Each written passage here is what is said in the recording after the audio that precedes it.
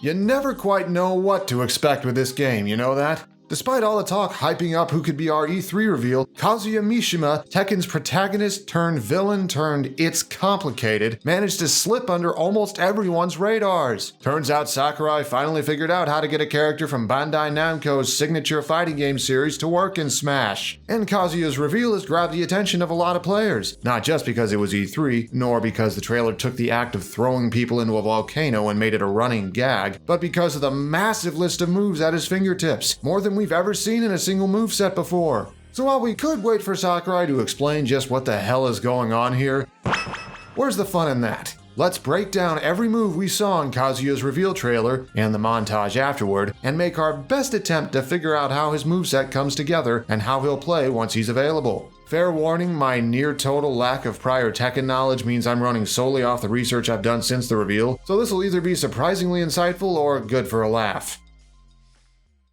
Alright, with over 30 different attacks to cover, we need to start somewhere. Let's begin with the moves we can most easily place. Flash Punch Combo slots in as Kazuya's jab, a surprisingly typical one aside from the fact that he moves forward a little during it. Unlike Street Fighter or Fatal Fury, canceling attacks into other attacks mid-animation isn't really a thing in Tekken. This means if Kazuya lands the start of this move, all he'll likely get from it is just the rest of the jab combo.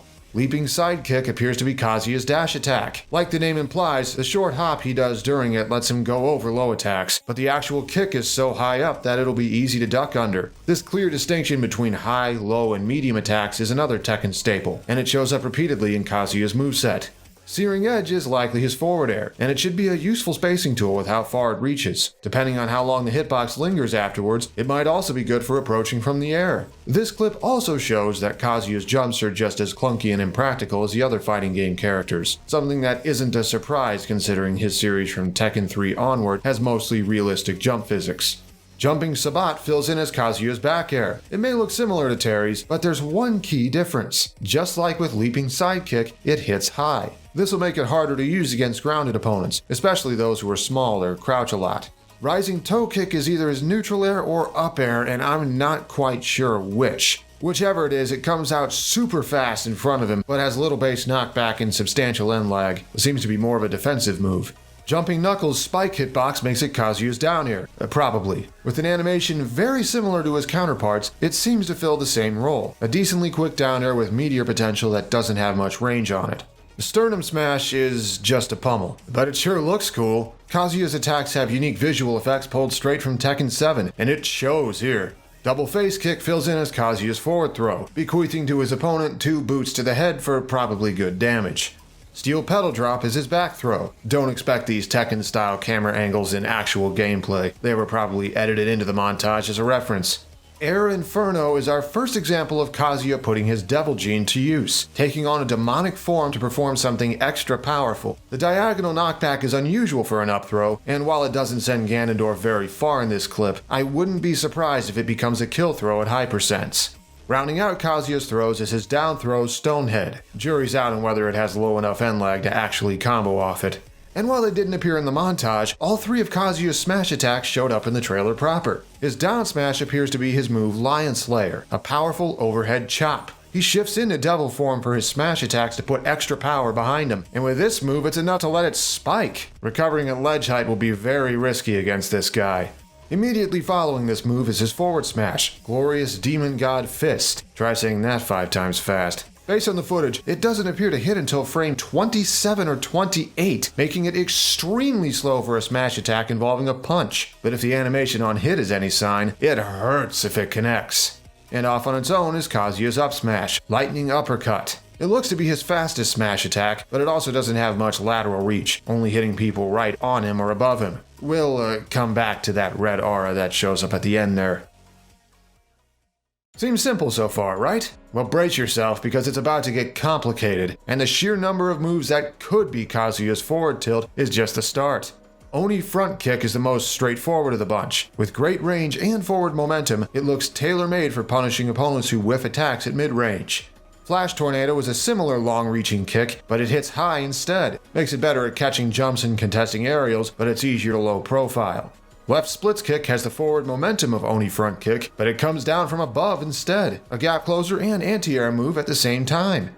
Stature Smash doesn't reach as far as the previous options, but unlike them, it hits low, and it's able to trip opponents on hit with all the benefits that entails. Finally, Tsunami Kick covers similar space as left splits kick, key difference being that it comes up from below and hits twice. So how can all of these fit into Kazuya's moveset? For one, I think his forward tilt becomes different attacks entirely depending on how he angles it, referencing how Tekken has certain attacks tied to diagonal inputs. For example, pressing straight forward could give you Oni front kick, but angling down and forward gives you Tsunami Kick instead, since you press down plus forward to get it in Tekken. What about the rest? Well, I think Kazuya has a back tilt input that works the same way as Terry's back special, and it has its own set of attacks based on the angles you give it. Flash Tornado and Stature Smash both use back inputs in Tekken, so I think that's how they've been implemented here. Crazy, huh? Oh, but it gets crazier. Crouching works a little differently in Tekken compared to other fighting games, giving characters a new set of attacks only available once they've settled into a crouching position, a quote-quote full crouch. Kazuya seems to have brought 3 of them to smash with him. Crouch jab is the simplest of them, a quick single punch that basically functions as his jab while in a full crouch. It's a low commitment medium height disruptor that goes under high attacks. Crouch spin kick is stronger and further reaching but slower. It's also built for low profiling overhead attacks, just with more power and commitment behind it. Tombstone Crusher gives Kazuya a burst option from a crouching position. It'll probably have the same purpose as the sliding down tilts some other characters have.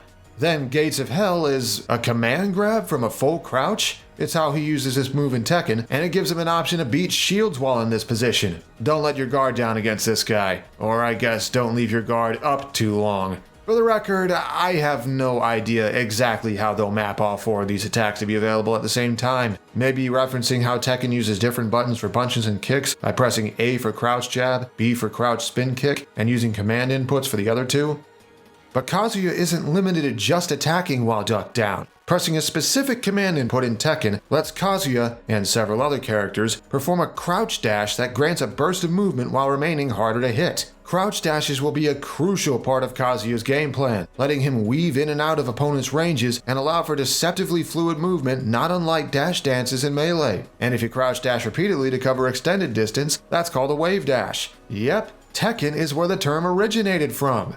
And it's more than just a movement option. Kazuya has a few attacks he can only perform during a crouch dash. One of them is the hard-hitting Dragon Uppercut. Notice how the start of a crouch dash is clearly visible before the attack comes out? Since it's used from a crouch dash, it'll be particularly useful as an anti-air since you're already going under a lot of aerials at the start. And the hitbox on Kazuya's fist actually seems pretty big. Next is one of the Mishima clan's signature moves, Wind God Fist. Less forward motion on it compared to Dragon Uppercut, but it stuns anyone it hits for a moment and opens up combo opportunities. Strangely, there's no sign so far of the superpowered enhanced version Electric Wind God Fist that requires a frame-perfect input to get. No idea if it's here or not. Then Spinning Demon to left hook is a 2-hit natural combo with the most burst movement on it, but the highest commitment. And its first part hits low, which is a notable blind spot on the other 2.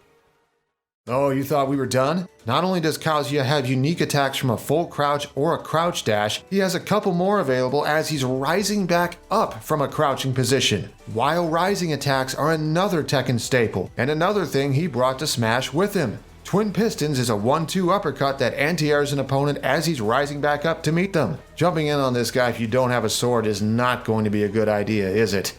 Then Demon God Fist is a powerful straight punch that crumples opponents on hit, something we've only seen from Ryu and Ken's focus attack and Ridley's skewer. Land this thing and you can follow up with whatever you want, provided it hits low and doesn't come out too slow. We're still not done, because Kazuya brought another Tekken mechanic with him. Rage is a status that kicks in when a fighter reaches low health in his games that makes their attacks deal increased damage. We clearly see it kicking in during this clip when DK whiff punishes Kazuya's up smash, and my personal guess is it'll kick in once he goes over 100% and it'll tack a damage multiplier onto his attacks but won't affect their knockback at all. Which sounds pretty basic, but Rage status in Tekken also grants access to a special Rage art only available when a fighter is on their last legs. Kazuya seems to have one here in the form of Heaven's Door, a wicked looking devil form pile driver that likely hits as hard as it looks. But there's a catch. Notice the red Rage aura dissipating at the end of the clip? Just like in Tekken proper, if you attempt a rage art, whether it hits or not, you lose your rage status afterward for the rest of the round, or stock in this case. It's an interesting risk versus reward angle that means you can't fish for it in the way you can Terry's super specials. Now for a few miscellaneous moves I have no damn idea where to place. No, we're still not done. Nijiri Uriken is a spinning low punch from a standing position, which is important considering how many attacks Kazuya has that can be low profiled. If I had to place this one, maybe it's his down tilt when he's not in a crouching position? Jump sidekick is exactly what it says on the tin. It's a quick disruptor that hits high and pushes him back slightly, and it might be his up tilt?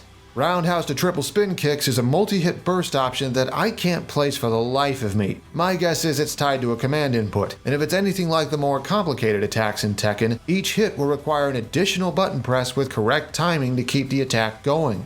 Demon's Wrath is another self-contained combo move dealing 4 hits total, and I figure this is a command input, but man, this stuff is getting above my pay grade.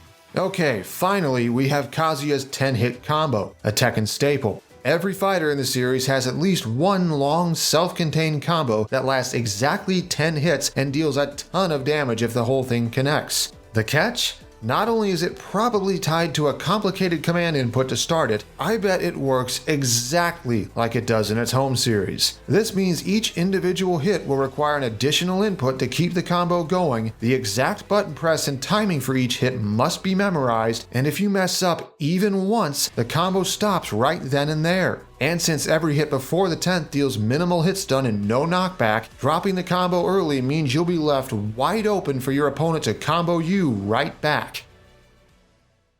And with that, we've finally reached Kazuya's specials. What's this guy got up his sleeves? Inferno is probably his neutral special, having him shift into devil form and fire a beam straight ahead. It seems to reach pretty far, but its slow startup, frame 21 at the earliest, makes it telegraphed and reactable, and since it comes out at head height it'll be easy to duck under. Probably works best as a way to punish laggy attacks or catch landings. Though there might be something more going on here. You see, in Tekken, this move is unblockable. There's a chance it might be the same here, though I'm not confident on it since it'd be a nightmare for casual players who might not realize they have other defensive options.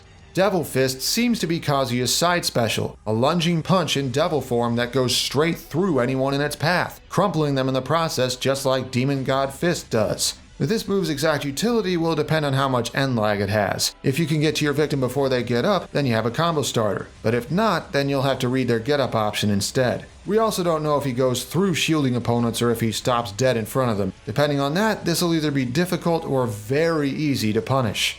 This apparently original move seems to be Kazuya's up special, taking advantage of his devil form's wings to propel himself upward. But there's something unusual going on here. I think Kazuya took a page from Bayonetta and can use this move once per jump in the air. Notice a little double jump circle right as he starts the second part? This will give his recovery some mix-up potential that'll help offset what is likely to be very restrictive default air movement. We don't know yet if he has a hitbox during the flight, but my guess is there's a small one on his upper wingtips and that's why they glow. Then, okay, I fully admit I'm not as confident on his down special. Demon Scissors is a stall and fall move kinda like what Yoshi and Bowser have, and while it sticks out like a sore thumb since Kazuya doesn't transform during it, I have nowhere else to put it unless Jumping Knuckle is actually a neutral air that spikes for some ungodly reason. I could see a situation where it's only his down special in the air and his grounded down special is crouch dash to make that easier to access. Yeah, this one's hard to figure out. But all that remains now is Kazuya's final smash. And Sakurai got creative for this one. A supercharged version of Inferno that pulls from specifically the last part of his devil form's rage art, which only exists when said form appears as a standalone boss under AI control in Tekken 7's story mode. Firing an array of lasers from his chest and wings, this one's far more likely than the regular Inferno to hit and hurt, even if it isn't an instant knockout here. Whew, so now that we've covered everything we're so far aware of, how will Kazuya's playstyle turn out and what will fighting as or against him be like? Let's do some theory crafting. With how closely he adheres to his home series, Kazuya is likely to be a more defensive fighter who uses tricky movement at mid-range to bait out opponents' attacks and retaliate hard when they miss. His frame data is inconsistent at best, so he won't be able to hammer opponents' shields the way the Shotos or Terry can. While his base mobility will be unwieldy and hard to work with, getting the hang of his crouch dashes and other signature traits will make his movement much more fluid and expressive. His extensive moveset will be capable of huge bursts of damage, but since he gains and loses access to different moves when in different states, it might make his scarier stuff easier to see coming for people who know the matchup and understand which options he can use when. His biggest weakness? Since he's a hand-to-hand fighter who isn't fast and whose only ranged option is flawed, he'll probably be vulnerable to getting camped out, especially by characters with short stature or low-commitment projectiles that crouch dashing won't help against. Young Link and Olimar in particular may give him fits. This guy's going to take a while for us to assess his full potential, even with offline events slowly returning. The sheer amount of stuff going on here gives him what may be one of the steepest learning curves we've seen yet. And while Tekken fans will feel right at home with his mechanics, people who are interested in him but haven't played his games are going to need time to get the hang of him. We'll see how close I get. Ended up pretty on the ball with Pyra and Mithra, except for the part where Mithra gets used way more often, though honestly they were pretty easy to understand. Overall, Kazuya is an inclusion whose signature abilities and many mechanics from his home series ensure he'll stand out even next to the fighting game characters we have already. There are still some lingering questions about his content pack, like how the Mishima Dojo stage will function, which Tekken characters will show up as spirits, and who will get the Mii costume treatment, though I can think of one whose time has probably come. And with that, there's only one DLC character left. Tensions are going to run high for the next few months until the last reveal. Word to the wise, fighter number 11's probably not going to be some huge jaw-dropper if past reveal cycles are any precedent. This will probably be someone lower key whose main draw is unique traits or abilities that make them appealing to play as alongside everyone else in Volume 2. Spectacle can be fun and all, but it ain't the only thing that matters, and his ultimate finally wraps things up. We're best off keeping our expectations in check, alright?